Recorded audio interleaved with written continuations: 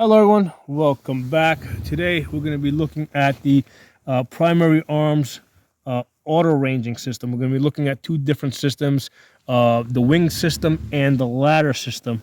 Now this one is the wing system on the M8 Raptor. When I zoom in, you start seeing the auto ranging on the left and right side of the horseshoe over there. Okay, so this is one of the things that really makes primary arms stand out. When you see auto ranging based on the size of a human, I mean, you know that this scope was designed for combat, or rather, this reticle was designed for combat. Okay, so this is not for hunting deer. Okay, this is a combat reticle, and that's one of the things that kind of keeps making me go back to primary arms. Okay, so we're going to be looking at some toy soldiers. And the good thing about this is that they are proportionately realistic, so we can use them to practice our range estimating. Okay, so now this guy over here, as you can see, he's sitting down. So if you look at this ranging ladder, we're gonna basically put the essentially the horizontal stadia line, right? If I zoom out, you can see that's part of the horizontal stadia line. We're going to put that at his belt, right? And then we're going to see what comes up to his head. And we can tell that he's at about 300 yards, right? By putting the horizontal stadia line on his belt. And we see that because if you go to the other ones, they're too small. They don't fit, right? So he's at 400 yards. I'm sorry, at 300 yards. Probably slightly inside, right? Probably slightly inside 300 yards. So this scope has a 50-yard zero, a 5,200 yard zero. So at 300 yards, basically, I put like underneath that chevron there, the top of the spine. That's 300 yards. I'd put that on his chest and start taking some shots. So pew pew pew pew pew. We're not going to actually shoot these toys because my kids want them back. Okay. So now we got another one that's a little further back. Let's zoom in on that guy. All right. So the quickest way to really, if you need to get a shot off fast, is to use the auto ranging that's on the bullet drop compensator and match that up to the width of the chest. So there we can also see that is at 400 yards. Okay. So the guy in front of it, we said he was at 300 yards, right? When we matched that up, him we had to go belt to head, and he's at 300 yards. So the one that's behind him, the guy that's behind him, if we go based on the chest size, he's at 400 yards, and let's see if I match him up on the ladder to get that confirmation. See, belt to head. Belt to head.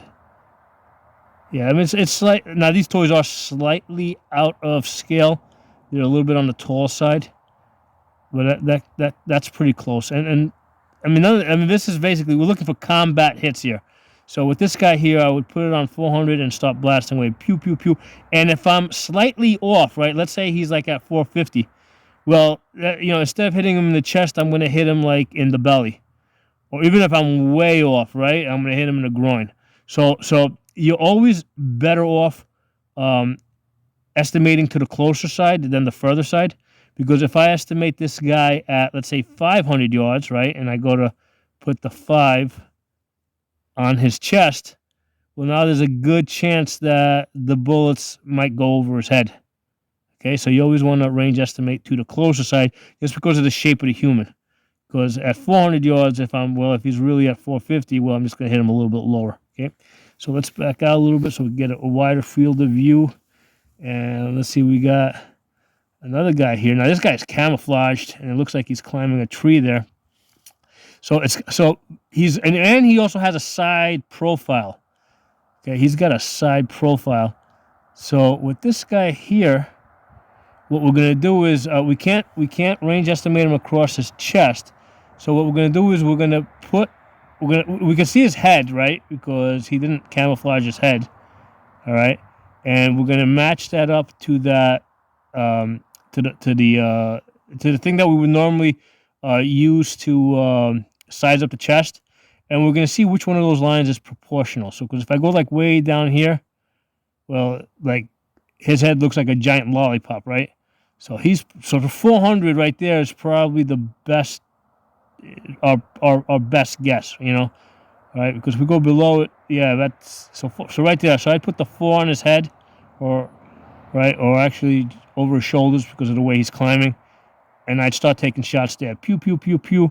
And even if he's a little further out, well, let's say if he's at 450 or 500, well, I'm just going to hit him a little bit lower on the body, okay? So this works out pretty good. So you can see how even if somebody's like in this weird climbing position where they got like a side profile, as long as you've got the, let me go in the snow, oh, yeah, you can see, so you can see on the bullet drop compensator there, right? So you see the 4, then 5, then 6, right? So you can see how they get thinner as you go further down, right? So if you could only see the head, right? Like let's say we could only see this guy's head. Well, you can see how his head is like, you know, when I go to the 400 line, right? That first one, his head's gigantic. So obviously he's a lot closer than 400, right? Or if I go to that guy there, right? That's also off. Okay. Well, actually, no, that's proportional because he's at about 400, so that's right.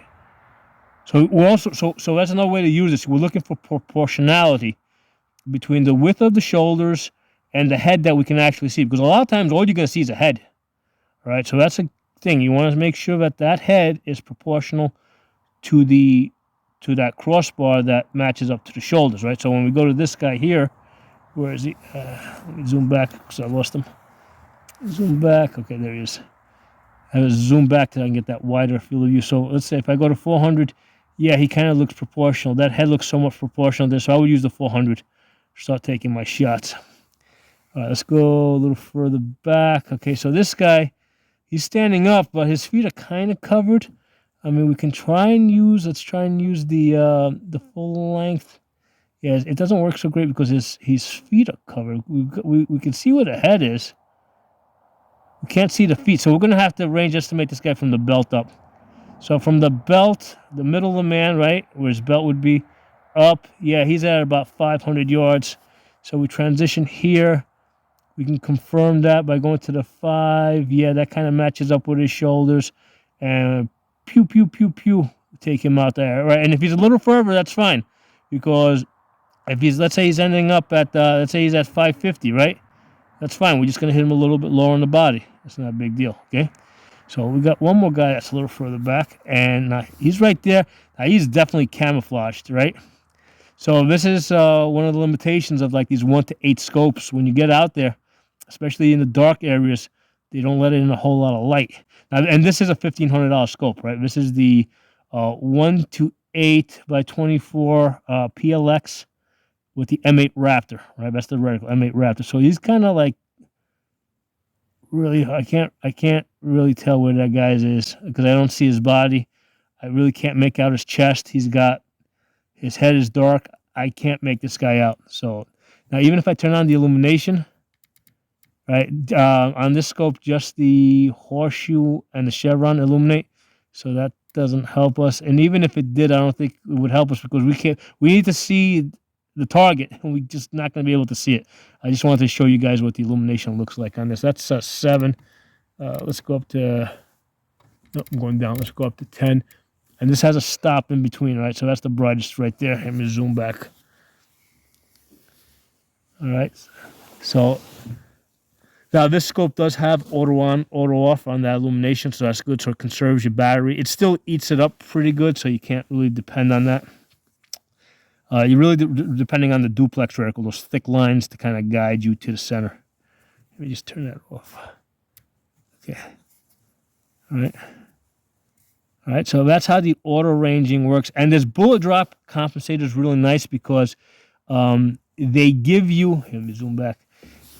They kind of work out the numbers for you as far as like what your bullet drop would be. Now, it's never going to be perfect, right? So like this guy right there, let's say I got him at 500 yards. It's never going to be perfect because, you know, you might have a 62 grain bullet, you might have a 55, you might have a 77. So it's never going to be perfect, but it will give you combat accurate hits at distance, and then at close distance, right? Like this guy here, who's at about 300 yards, right? That's easy. That's easy, right? Boom, boom, boom, boom. You're going to make those hits really easy. Okay, so at 300 yards, it really makes no difference if you got a 55, a 65, or a 77 grain bullet, or I mean, anything going anywhere between 2,500 feet per second and 3,200 feet per second.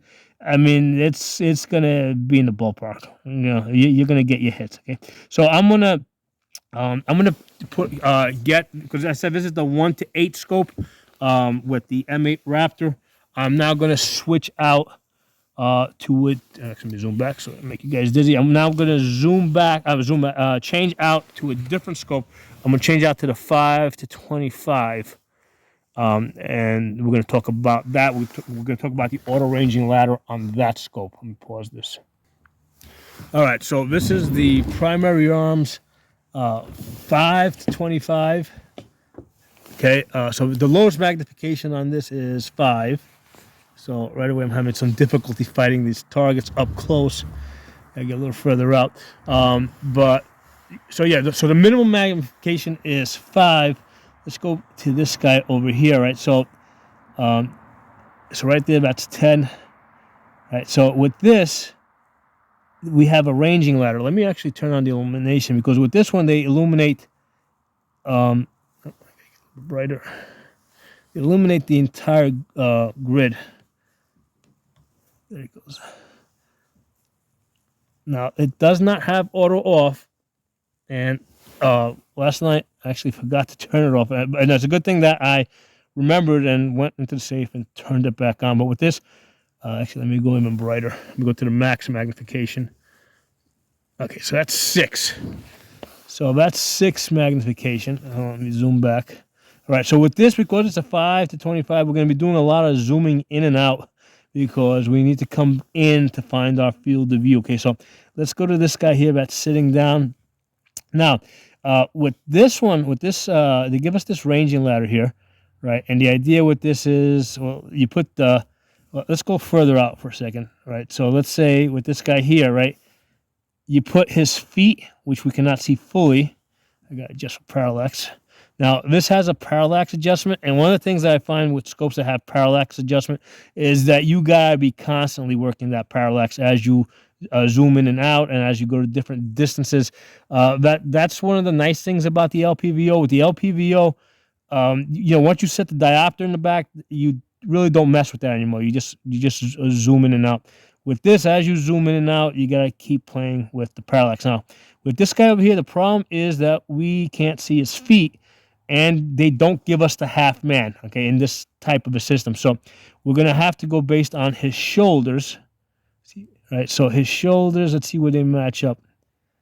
All right, they match up at the 5 there, right? So he's at 500 yards, okay? So they don't give us the half man. What I think they should have done is they could have put a scale on this side over here, on the left side, that gave us the half man. That would have been extremely convenient, okay? Without, because I really do like this ranging ladder because it is compact. It doesn't interfere with the horizontal stadia line, which the wing system I really like, but it does, basically it does interfere with having mill lines on your horizontal stadia. So this is like completely off to the side, doesn't interfere with the milling on your horizontal stadia. But the weakness of this system is that they don't give you the half man, but they could do that on the other side over here. And you would know that your right side is your full man, your left side is your half man. Okay, so based on his shoulders, we can say that he's at 500 yards. We can see how the head is proportional to the line, because as at the different distances, that the width, the shoulder width over there, as you go further out, gets thinner. Let's go out to that one that we couldn't see earlier. So let's go all the way out there. Let's adjust the parallax a little bit. See if we're able to see that guy. Okay, so here we go. Let's zoom all the way up to 25. All right, so this one has... Okay, actually, I'm going to turn the illumination off for a second because it's just giving me, like... Basically, it's just computer. There we go. I can see my man. Right, I can see him there. This 56 millimeters objective lens is allowing a lot more light in, so I'm able to find him. Now, as far as seeing what distance is, see now I have to kind of put my illumination. Nope, that's the parallax. Now that's one of the things that I keep getting confused with here. The parallax and the illumination knob are like, a lot of times when I go to adjust one, I end up adjusting the other. Okay, so that's one of the things that you're gonna have to deal with. Okay, so he's over there. All right, can I see my man? All right, so I can get his feet are right about there.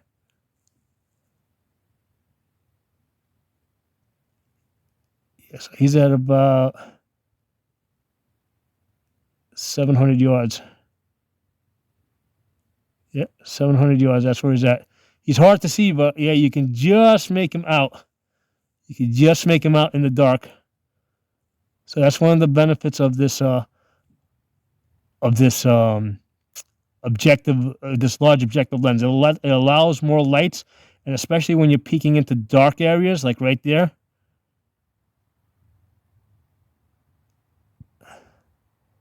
I'm gonna pause the camera. I'm gonna go out there. I'm gonna bring him a little bit forward out of the shadow, and we can see if we can get a better look at him. Hold on. Okay, I brought him a little bit more forward. Let's zoom out there again. All right, yeah, now we can definitely see him. All right. So yeah, I'm only at 15 then, just by bringing him out, a little bit out of the shadows. We can put the horizontal stadia at his feet, and now he's at 600 yards. Okay, now when he was further back, he was like at I think he was on the 700 or 800 yard line. It was hard to tell because of the shadows. But now when I brought him forward out of the shadow, he's a lot easier. And you can also see at the 600, his shoulders. You know, basically we can also match up to his shoulders. Okay. Okay, so this has a mill grid. Okay, so here's the thing. As far as the bullet drop compensator, okay, so we got this guy at 600 yards. All right, so great. What's our bullet drop now? What do we use at 600 yards? I would probably guess the 6.5 mils or 7. I would dial that up. I'd have to actually reference my notes, which I don't know offhand. So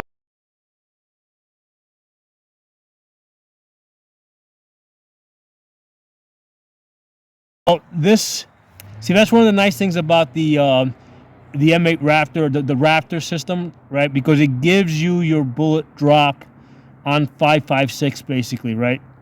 So with this one, this mill grid, I mean, those are mill lines. It's a lot more versatile because you can use this with 308s, with 6.5 Creedmoors, with 22 long rifle, you know, with anything, with 9mm, and you just, you know, it's basically you just record, you know, use a ballistic calculator to get some initial data to start working with, and then you would actually do some go do some shooting and collect some realistic data and record that. So let's get a little bit closer for a second. So with this guy here, right? Let's adjust the parallax a little bit. Let's zoom in. All right. So with this guy here, no. All right. So here's the thing. We can't. Let me zoom up. We can't use this ladder on this. Well, actually, we can use it against his chest. So that's the easiest way. So if we go to 4 there, right? Well, right away we can see that he's closer to 400 yards, okay? So now we're kind of like, okay, he's closer to 400 yards, but as far as a bullet drop, there's a difference between 300 yards and 400 yards. Which one is it? Where is he at? Is he 300 yards or is he 400 yards? So with this guy, I would actually mill this guy out because I can see that, let's see, from head to belt, he is about 4 mils. tall. So I know that that's going to put him at about 250 yards. Okay. All right. So unless you've already done the calculations, right? Because there's certain things that you gotta kind of memorize.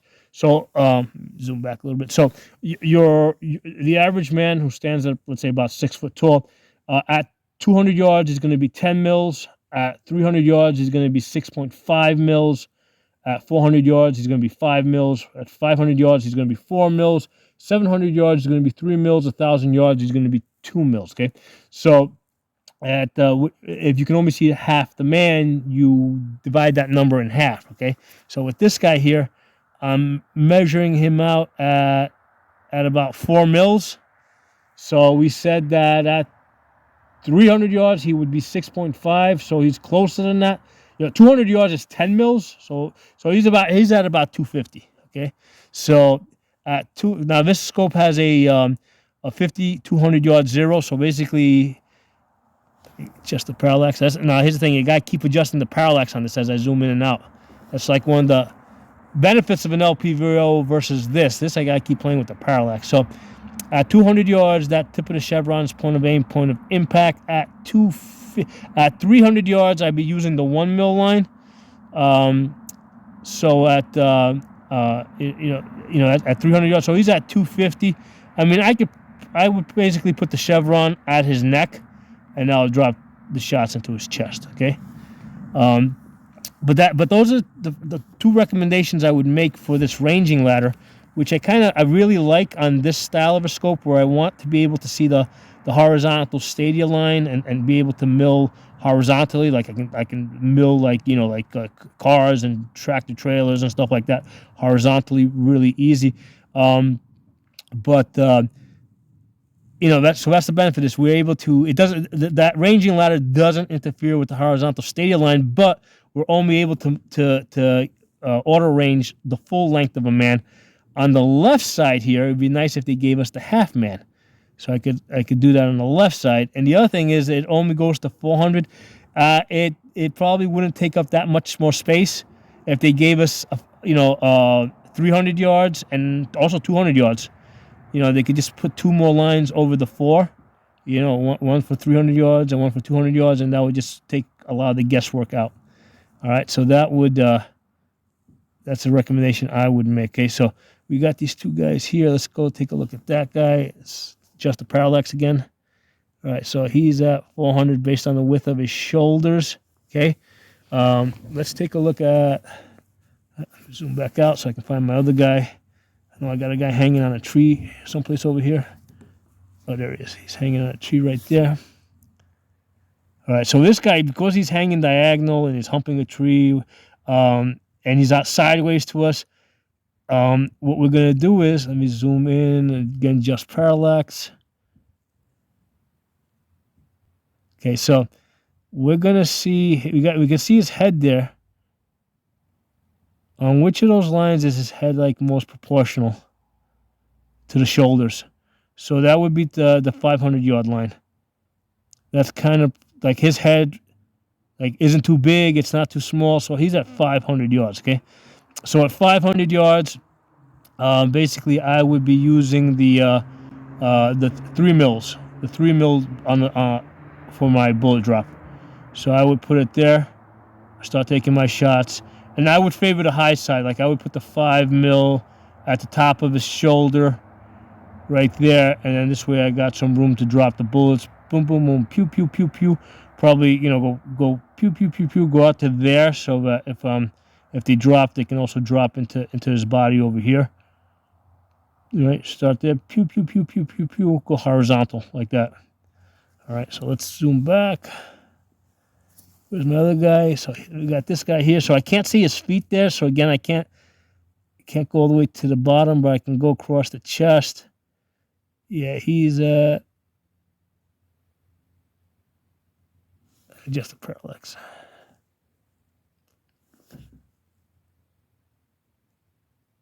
Yeah, he's also at about 500.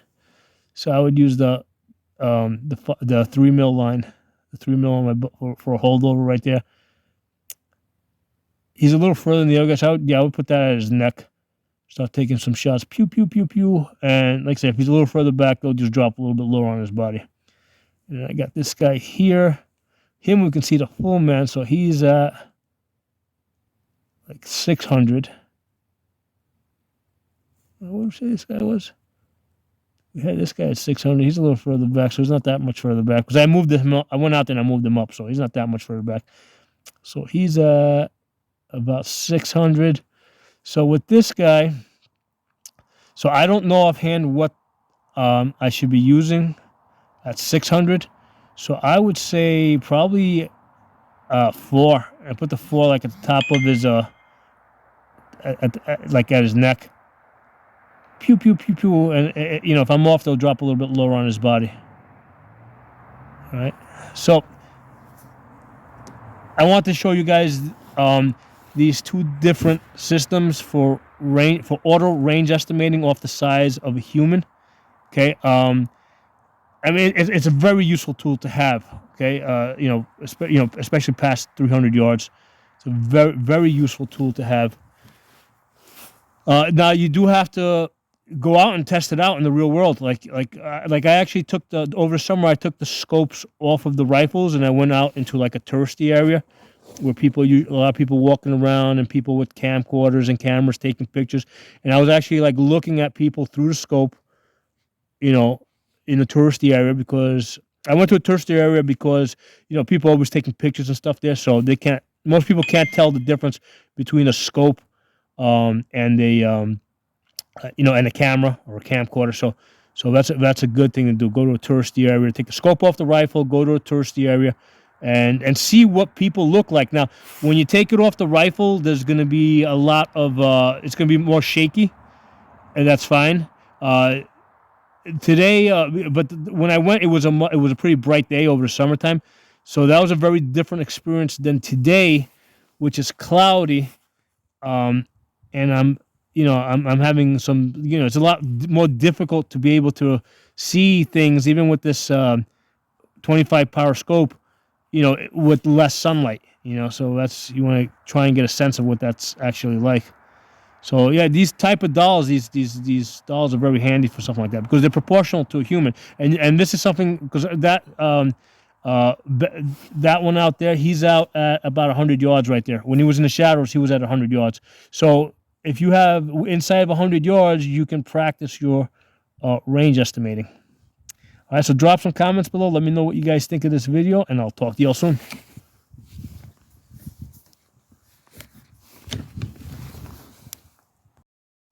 Hey everyone, I want to show you guys the two scopes that we're using. So this one here is the Primary Arms 1:8 by 24 PLX.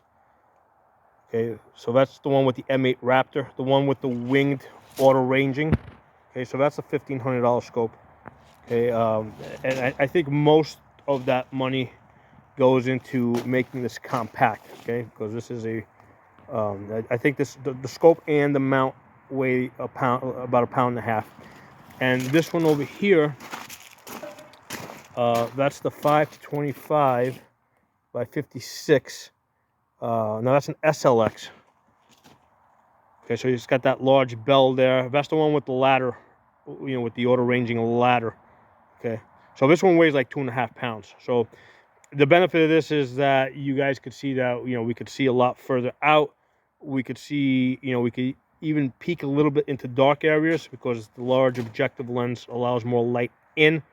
But we're paying a price for you know, an extra pound on the gun, right? So it's a you know, it's big and it's bulky, you know. But it also delivers. I mean, we could see further out. The parallax adjustment on the side over here, right? So here's the thing with this type of a scope. Every time I'm adjusting the magnification lever back and forth, I have to also adjust the parallax over here, and then the illumination's on the outside. So a lot of times when I go to adjust one, I end up adjusting the other, or this one. So sometimes I confuse myself. And if you do it often enough, you'll make that same mistake. So that's one of the things you got to be careful of, because a lot of times I go to adjust the illumination and I throw the parallax off. All right, so this definitely allowed us to see more clearly further out. But you know, the drawback is we got extra weight and we got to keep fussing with the parallax back and forth. This one over here, the LPVOs generally don't have a parallax adjustment. However, and you'll see it in most of the video, um, you know, the focus on this scope is not perfect, right? It's always going to be slightly off, you know, especially when you're trying to look into details. With this scope here, the focus can get a lot better, but you got to keep messing with that parallax. Now, one of the things I wanted to touch base on real quick is why are we auto ranging? Why aren't we just using a rangefinder? Well, if you look at the video, right, as we were out there trying to, you know, there's lots of different things at different distances going out there, right? And what was happening is just look at the focus, the camera focus, right? As we were going in and out over there, the camera, which was trying to autofocus, a lot of times it was focusing on the thing that was in front rather than the thing that was behind it that we wanted to look at. So the rangefinder is going to do the same thing. As the beam goes out, it spreads out a bit. So with rangefinders, especially in this type, in a wooded area like this, a lot of times when I try to range estimate, I end up getting a reading of whatever's in front of the thing I'm trying to range estimate. So in an area like this that's like cluttered with a lot of obstacles, you really can't trust the rangefinder. Okay, you have to either mill it or use the auto ranging, right? So that's just, and you'll see it in the focus, right? You'll see how this camera is. A lot of times the wrong thing is in focus, right? Because, you know, it doesn't know what to focus on. Well, the rangefinder kind of it works the same way. A lot of times it doesn't know what to focus, you know, what to give you a reading on. And I did a separate video on this where I actually went out to an airport and I was trying to range estimate a plane, but there was a bridge in front of it, and it was giving me a reading of the bridge that was like several hundred, like probably like 1,000 yards in front of it. Or 500 yards in front of it. So there was quite a distance between the two, but the rangefinder couldn't tell the difference between the two. All right. So drop some comments below. I'll talk to you all soon. Hey everyone, I just finished watching that whole video, and one of the things that I noticed is when I had the illumination on, I mean, apparently the camera picked up a lot of bleed. So I wanted to show you the targets without the illumination on. Now, here's the thing. When I'm looking at these targets, what's happening is because of the camera adapter, I'm looking through like two different lenses. So apparently you guys have a much more clear image than I have. Okay. So here's our guy. So when we... So yeah, he's clearly closer than 400 yards. So he's either at 300 or is at 200. And the bullet drop is different for 300 versus 200, right? So it would be helpful to know if he was at 300 or 200. So the best way I can do that with this scope is to mill him. I talked about that earlier. So he's about 4 mils head to hips, so that puts him at about 250 yards. So I would put the tip of the chevron on his neck, and that should drop the bullets into his chest. So him over there, say him we can go based on the width of his shoulders. He's at 400. All right, so basically 400.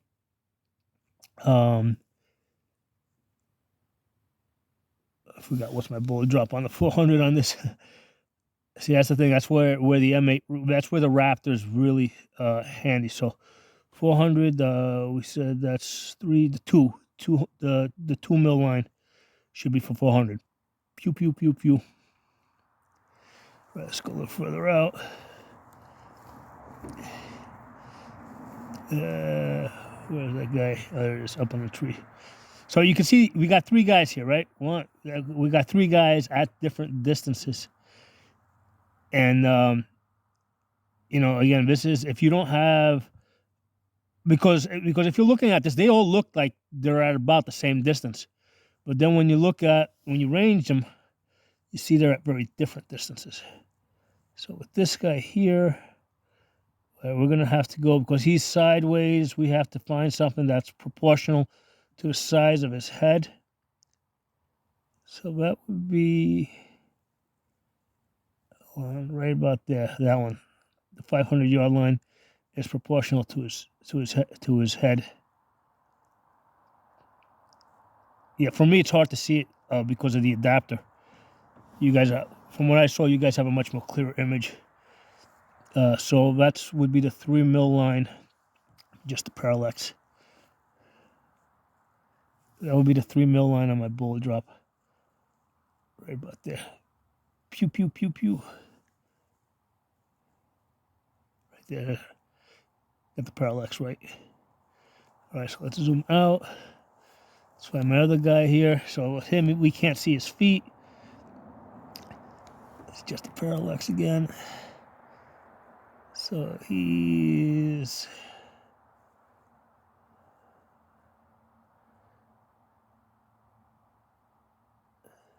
about 500. He could be at 6, but we're gonna favor closer, I think. He's probably let's see, he's probably at 550.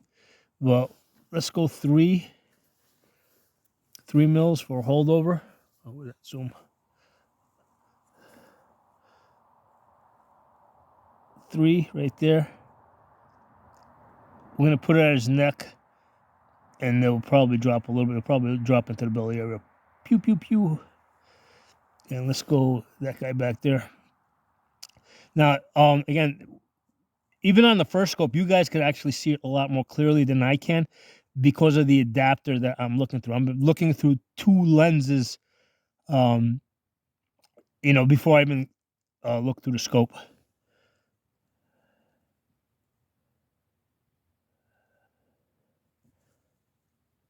get close. I can't really see it.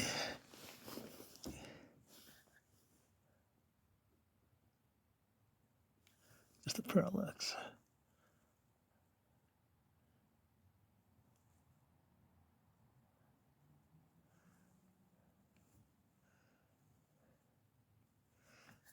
Just gonna check backing it out.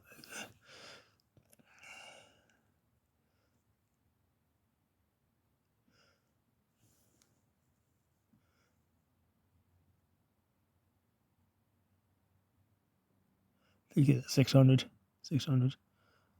Yeah, again, I'm having issues because it appears a lot darker to me. So yeah, I'm not sure what my holdover would be for 600. I have to reference. So I'm gonna guess it's probably about 6.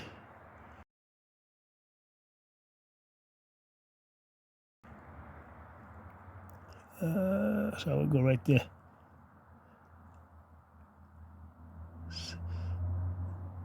Pew pew pew. Pew pew pew. Okay. So I hope you guys enjoyed this. See right there, I can see everything nice, but I can't see the lines. That's a 10 magnification. Right, I can't see the fine lines. I can't see the chevron or anything. I have to get closer to see the lines. So again, this has a lot to do with the fact that I'm looking through an adapter. I'm not looking directly into the scope. So you guys have a much more clear picture than I do. I saw that when I reviewed the earlier video that I took. I just totally lost that now. There it is. Let's zoom back. That's how easy if I can zoom out. There it is. All right, guys. Talk to you all soon.